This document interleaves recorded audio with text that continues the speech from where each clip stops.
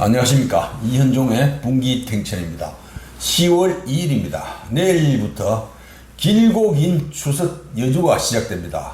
오늘도 나라 망해가는 장송곡이 울려 퍼지는 듯한 행위를 하고 있는 이재명 패당의 허망한 모양새를 짚어보고 투데이 김천도 보내드리겠습니다. 이재명 패당이 나라를 망국으로 유도하는 행위는 이루 다 열거할 수조차 없습니다. 모든 게 다 그렇습니다.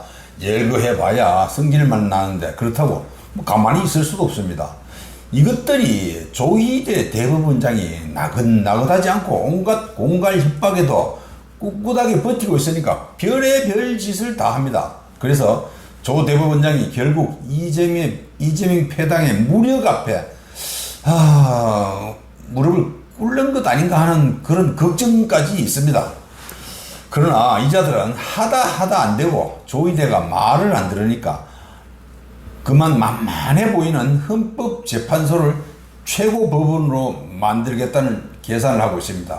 기가 찬 거는 그러니까 대법원에서 확정된 판결이 마음에 안 든다고 생각되면 헌법재판소에서 다시 한번 그 죄를 심판하도록 하겠다는 김정은이도 울고 갈 기발한 법 개정을 추진하고 있습니다. 그러니까 간단히 말해서 헌법재판소 설치법을 바꿔가지고 실제는 재판을 사심제로 하겠다는 겁니다. 그러니까 지금 법대로는 헌재에서 재판과 관련된 사건을 다룰 수 없고 제기할 수도 없습니다. 그래서 이 조항을 삭제해서 무슨 사건이든 헌재가 다룰 수 있도록 하겠다는 겁니다.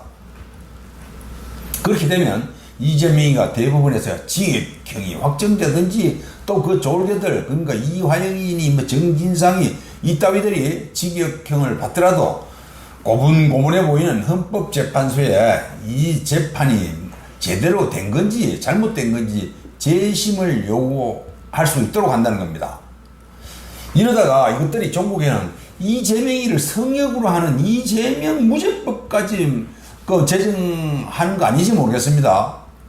세계가 비웃을 이 법이 확정되면 이재명 패당의 모든 형사사건은 아무리 흉악한 범죄일지라도 무죄를 받을 수도 있습니다. 그러나 반대로 자유우파 국민들은 아무리 억울한 일을 당하더라도 억울한 판결을 받더라도 헌재에 재심을 청구할 엄려도 못 낼 겁니다. 그 재심을 청구해봐야지. 이재명 반대파들의 그런 반대파인 자유우파 국민들의 재심 청구는 기각될 게 뻔하기 때문입니다. 지금은 우리가 받아들이기에 말도 안 되는 법 개정을 추진한다고 비웃으면서 설마 하고 있는데 절대 그렇게 볼 일 아닙니다. 이 자들은 외국에서도 어떤 비난을 하든지 말든지 그 국민들이 또 뭐 반대를 하든지 말든지 그런 거 신경 안 쓰고 밀어붙입니다.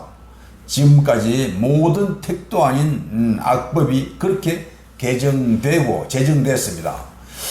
이재명은 뉴욕에서 유엔 총회 연설을 하고 트럼프가 세계 모든 대통령들을 그러니까 뉴욕의 그 유엔 본부에 참석했던 모든 대통령들을 초청한 만찬에도 트럼프 보는 게 겁이 나서 참석하지 못했던 쫄보에 지나지 않지만은 국내에서는 지금 김정은이보다 더 무서운 왕 노릇을 하고 있습니다. 여기다가 만사 현통으로 통하는 김현지가 얼마나 귀하고 보호해야 할 여인인지 모르지만 국회에 정인으로 나가는 걸 막기 위해서 번개처럼 보직을 임시로 변경시키는 등의 희대의 인사를 한 자들입니다. 그래서 지금 김현지는 성역이 되고 말았습니다. 그렇게 성역이 되는 바람에 그만 또 역설적이게도 김현지가 그만 모든 국민들이 주시하는 주요 인사가 되었습니다. 이것들이 그냥 자초한 일입니다. 그냥 놔뒀으면 김현지를 누가 기억합니까? 지금 그 바람에 모든 국정이 김현지로 시작해서 김현지로 끝나고 있습니다. 무슨 관계가 됐길래 이재명이가 소송 성공 사례비로 받기로 한 2천만 원도 김현지가 받도록 했는지 이거 궁금하지 않습니까? 지난 2003년에 이재명이가 무슨 소송을 맡았는데 거기에 성공사례비로 2천만 원을 받기로 했는데 그걸 그냥 중개에 드러났습니다. 그런데 부속실장이라는 위치는 대통령의 눈, 귀, 입을 모두 대신하는 자리입니다. 그래서 어찌 보면 대통령보다 힘이 더 세다고도 볼 수 있습니다. 이미 그렇게 보고 있습니다. 야권에서는 그렇게 김현지를 1인자로 보고 있습니다. 이미.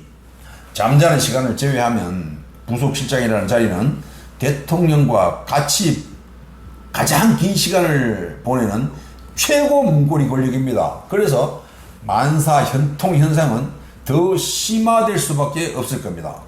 부속실장은 장 차관한테 전화해서 대통령 지시라고 둘러대면서 모든 정책을 지시하고 잘못됐다고 질타하고 뭐 하는 등 무슨 말이든지 무슨 지시든지 할 수 있습니다. 그렇다고 그들이 대통령한테 확인할 수 있습니까? 못합니다. 국정의 모든 분야에서 모든 일을 대통령을 팔아서 마음대로 할 수 있습니다. 그게 바로 무서운 문고리 권력입니다. 우리나라 문고리 권력으로 가장 유명한 자들은 박근혜 때 3인방입니다. 박근혜 때 문고리 3인방으로 알려진 안봉근, 정호성, 이재만 이 자들은 모두 말로가 엉망이 됐습니다. 이 김현지는 사진으로 유명한 성남에 있는 신구전문학교를 나왔다느니 뭐 평창동에 있던 상명대를 나왔다느니 하는 말이 있지만 하나도 확인된 것 없습니다. 또 나이가 몇 살이고 어디 출신인지를 포함해서 심지어 결혼을 했는지 등등등 아무것도 드러난 게 없는 성역으로 있는 신비의 인물입니다. 세금으로 월급 받는 고위 공무원이 무슨 블랙용원도 아니고 이거 뭡니까? 정부 예산을 쓰는 자가 신분이 간첩인지 뭔지도 모른다는 게 말이 됩니까? 과거 이재명이가 검사 사칭하다가 도망 다닐 때 어느 집에서 며칠을 숨어 있었던 게 바로 이 여자 집이었다고 한때 소문이 돌았는데 그 사실 확인된 거는 없습니다. 저는 확신합니다. 이렇게 아무것도 아닌 자들이 벼락 출세해서 권력을 휘두르면 반드시 다음에 문제가 생깁니다. 바로 감옥에 갑니다. 권력에 취하면 아무것도 보이는 게 없게 됩니다. 역대 대통령들이 모두 문제가 된 것은 바로 권력에 취했기 때문입니다. 나는 그렇지 않다. 그렇게 안 될 거다. 이렇게 생각하지만 권력이라는 건 그게 아닙니다. 취하게 돼 있습니다. 주변에서 취하게 만듭니다. 더구나 이렇게 벼락 출세한 자들은 그 정도가 더 심할 수밖에 없습니다. 문재인이가 멀쩡한 것 같지요. 지금 윤석열이가 그런 자도 응징하지 못할 정도로 흐리멍텅하게 했으니까 이 모양이 됐지만은 이명박이처럼 문재인이도 다음 정권에서 반드시 감옥 갈 겁니다. 의리한 윤석열이가 최고 권력자로 불렸던 망나니 같은 김건희 때문에 망해서 지금 감옥에 있는데 요즘 돌아가는 꼬라지를 보니까 이재명이는 최고 권력자를 칭하는 V제로로 불리는 이 김현지 때문에 망할 것 같다는 예감이 듭니다. 어쨌거나 마침 공교롭게도 마누라 김혜경이가 이석증에 걸려서 응급실에 실려가는 등으로 어려움을 겪고 있다는데 참 이상합니다.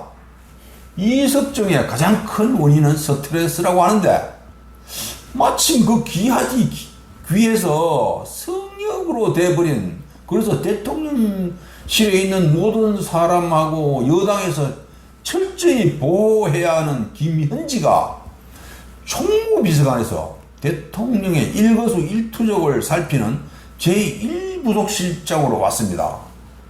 하필 이 인사가 있고 나서 김혜경이가 이석증 걸린 걸 두고 국민들은 별의별 추측을 다 하고 있습니다. 그리고 어제 국군의원을 행사해서 이재명이가 거의 개그에 가까운 말을 했는데 우리가 자주 국방을 해야 하고 우리 군이 강군이라고 했습니다. 아니 우리는 핵이 없는데 어떻게 핵을 가진 김정은이에 대항할 수 있는 자주 국방이 됩니까? 또 우리 군이 강군입니까? 아니 무슨 사고 날까봐 겁이 나서 훈련도 안 하고 18개월밖에 근무하지 않는 우리 군이 어떻게 강군이 됩니까? 여기다 국방장관은 이상한 방위 출신의 멀쩡한 사성 장군들을 이유도 없이 모두 갈아치웠습니다. 이런데 무슨 강군이 됩니까? 세계 최악의 약군이요, 당나라 군대요, 대만 군대보다 못합니다. 그런데 더 큰 문제는 이재명이가 미국과 협상에서 트럼프한테 인정받는 대가로 3,500억 달러를 투자하기로 해놓고 이행을 안 한다고 심한 닥달을 당하는 이 작금의 사태입니다. 세상은 이 3,500억 달러 강탈 행위를 두고 사진 찍은 모델료라고도 합니다. 미국에서 트럼프한테 쉐쉐해서 화기애애한 모습으로 사진 찍은 모델료를 주기로 해놓고 대답이 없으니까 트럼프가 화가 나서 이제 한꺼번에 선불로 내놓으라고 하는데, 아무리 트럼프가 강도 같은 놈이라고 해도 전혀 근거 없는 말은 아닌 것 같습니다. 이재명 패당이 지난 7월 말에 유럽에서 막바지 코로나에 몰렸었죠. 막바지 관세 협상을 하면서 그렇게 주겠다고 했기 때문입니다. 그런데 우리는 줄 돈이 없습니다. 그러나 트럼프라는 자가, 이 트럼프라는 위인은 이 나라 속사정까지 고려해 줄 그런 대통령이 절대 아닙니다. 그래서 조만간 느닷없이 어느 날 갑자기 한국 모든 수출품에 대해서 50% 아니 100% 관세를 선언하는 것은 아니지 걱정입니다. 이미 300% 관세를 때려야 한다는 그런 주장이 트럼프 측근들로부터 나오고 있습니다. 세상에서 걱정은 현실로 변하는 확률이 아주 높습니다. 이번 파고를 이재명이는 넘을 아무런 대책이 없는 것 같습니다. 뭐 있을 게 없습니다. 이렇게 되면 그건 곧 나라가 망하는 겁니다. 이미 환율은 1,500원을 향해서 가고 있습니다. 환율이 1,500원대에 들어서면 환란을 피하기 어렵다는 것이 전문가들의 많은 의견입니다. 여기다가 배추장시 출신 그 김민석이는 내년에 서울시장 나가려고 이미 준비를 엉터리로 이상한 준비를 한 게 모두 드러났습니다. 그래서 당내 공천 경쟁에서 이기기 위해서 무슨 불교단체하고 개협작을 하다가 들통이 났습니다. 이게 바로 정교유착입니다. 이런 게 밖으로 불거지는 것은 바로 권력투쟁에 따르는 내부 고발자가 있기 때문입니다. 내부 고발은 곧 권력투쟁의 산물입니다. 좌파들끼리 이미 권력 암투가 심하게 진행되고 있음을 말해주는 겁니다. 이렇게 말썽이 나자마자 정청래가 즉시 당무감사를 철저히 해서 진상을 밝히라고 지시했습니다. 원래 좌파들은 저건 편이 살인을 저질렀다고 해도 일단은 무조건 감싸고 봅니다. 무조건 부인하고 봅니다. 그런데 이번에는 감싸기는커녕 빛의 속도로 정청래가 감사를 지시했습니다. 저들끼리의 공장 냄새가 물씬 풍기는 정황입니다. 배추장시 김민석이는 배추 농사나 잘 지으면 조용할 건데 배추장시에서 갑자기 권력 맛을 보니까 보이는 게 없어서 내부의 적을 생산한 겁니다. 그러니 그 배추장시 주제에 팔자에 없는 총리도 부족해서 서울시장을 해서 서울을 말아먹겠다는 그런 계산이 이미 뒤틀려 버렸습니다. 이재명 패당이 질이 멸렬해지는 모습이 완전히 드러나고 있습니다. 그래서 자유우파가 희망을 가질 수 있습니다. 이제 이거 좀 다른 내용인데, 칠곡의 정희용 국회의원이 밝힌 겁니다.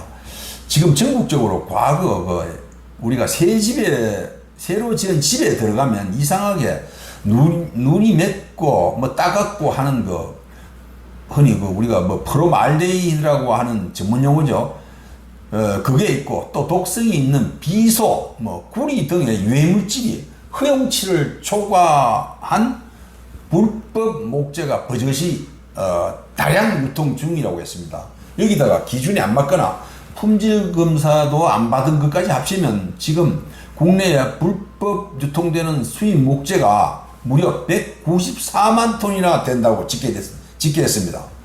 이런 목재는 대부분 중공, 베트남, 인도네시아 등지에서 수입된 것들인데 우리 아파트 같은 데 쓰는 바닥재하고 화판, 숯 이런 것들입니다. 이런 것들은 발암 물질이고 인체에 많은 문제를 일으킬 수 있는데 우리 일상생활과 모두 밀접해서 주의를 해야 합니다. 그래서 목재를 구입할 때 더더욱 주의를 기울여서 우리가 해를 입지 않도록 해야 하겠습니다. 이제 투데이 김천으로 들어가겠습니다. 김천시가 25일과 26일 칙지문화공원에서 판을 벌이는 김밥 축제를 앞두고 가장 문제가 되는 교통 문제 대책을 이미 세웠습니다. 승용차 이용을 최대한 억제하고 원활한 소통을 위해서 과거 근무소가 있던 대학면 덕천 내거리에서부터 행사장인 직지문화공원까지 2차선 도로가 되어 있는 2차선 도로인데 그 중에 1개 차선을 완전 버스 전용 차로로 설정해서 운영하기로 했습니다. 그래서 셔틀버스를 시청, 그러니까 김천시청, KTX역, 아포읍, 종합운동장, 김천고, 지뢰면 이렇게 6곳에서 아침 10시부터 20분 간격으로 출발합니다. 이 모든 버스는 모두 태화초등학교를 거쳐서 행사장으로 가게 되어 있습니다. 또 버스 이용을 권장하기 위해서 이용자들에게 김밥을 한 줄에 1,000원인가 한 줄입니까? 1,000원을 할인할 수 있는 그런 쿠폰을 제공하고 경품 추첨도 해서 많은 상품도 지급할 예정입니다.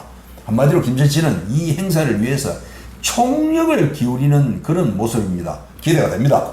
또 지금 갈수록 서울 방문이 힘들어지고 있습니다. 특히 서울 강남 쪽을 가기 위해서는 수서역으로 가는 SRT를 이용해야 하는데 그게 편합니다. 수생 차표 예매가 상당히 없습니다. 그래서 우리가 기차표를 늘려주어야 한다는 생각을 하고 있는데 그게 우리 맘대로 됩니까? 또 우리나라 굴지의 병원들도 대부분 그 강남 쪽에 몰려 있습니다. 그래서 이런 급한 병원을 가는데도 어려움이 있습니다. 상황이 이렇게 굴러가다 보니까 그동안 타기가 그렇게 어렵지 않았던 서울역으로 가는 고속철도까지 차표 예매가 갈수록 어려워지고 있습니다. 특히 금요일, 토요일, 일요일은 그 정도가 심해서 불편이 보통이 아닙니다. 급하게 서울 갈 일이 생기면 차표 때문에 많은 낭패를 봅니다. 그래서 일부에서 코로나 때 사라진 고속버스 운행 재개를 요청했습니다. 그래서 이런저런 협상 끝에 지난 9월 1일부터 경기 고속이 성내동에 있는 김천버스 정류장을 출발해서 서울 구이동 방면에 있는 동서울 터미널로 하루 편도 3편 운행을 시작했습니다. 그러니까 왕복 6회가 됩니다. 이어서 9월 24일부터는 금화역에서 강남 고속버스 터미널 인근에 있는 남부터미널로 가는 고속버스를 역시 하루 3대 왕복합니다. 그러니까 여기도 편도로 따지면 왕복 6회가 됩니다. 아직은 이 고속버스 운행 사실이 제대로 알려지지 않아서 승객 숫자가 미미합니다만은 강남 방면을 향하는 시민들의 이용이 앞으로 상당히 늘어날 것으로 기대됩니다. 김천시는 이 고속버스 회사에 예상되는 적자분을 예산으로 보전해 주기로 했습니다. 그리고 또 김천시에 지금 검찰발 폭탄이 또 터졌습니다. 대부분 고발은 당했지만 이거 별거 아닐 거라고 생각했는데 검찰이 배낙호 시장을 선거법 위반으로 지난 9월 30일자로 기소했습니다. 이 사건 법정 기소 만료일이 어제인 10월 1일이었습니다. 그러니까 막판까지 가서야 고심 끝에 겨우 기소를 한 겁니다. 이걸 두고 많은 시민이 이런 정도까지 재판에 넘어가는가 하면서 허탈해야 하면서 검찰을 원망하고 있습니다. 시민들은 이재명이는 고의적으로 의도적으로 거짓말을 공개적으로 했는데도 무죄를 받았고 열흘 동안이나 같이 외국에서 지낸 사람조차 모른다고 딱 잡아 떼고도 지금 대통령을 하고 있는데 이건 뭐야 하는 반응입니다. 배 시장의 혐의는 이겁니다. 올해 초 출마 선언 기자회견장에서 근로기준법 위반으로 30여 년 전에 벌금 200만 원을 받은 전과가 있는데 그걸 묻는 답변에서 배 시장은 그 당시 이렇게 말했습니다. 근로감독관들이 갑자기 사무실에 들어닥쳐서 이것저것 조사하고 갔다고 했습니다. 그게 뭔지도 몰랐다고 했습니다. 그래서 듣는 사람이 마치 그거는 근로기준법 위반이 아니고 산업재해로 벌금을 받은 것처럼 해명했다는 그런 논리입니다.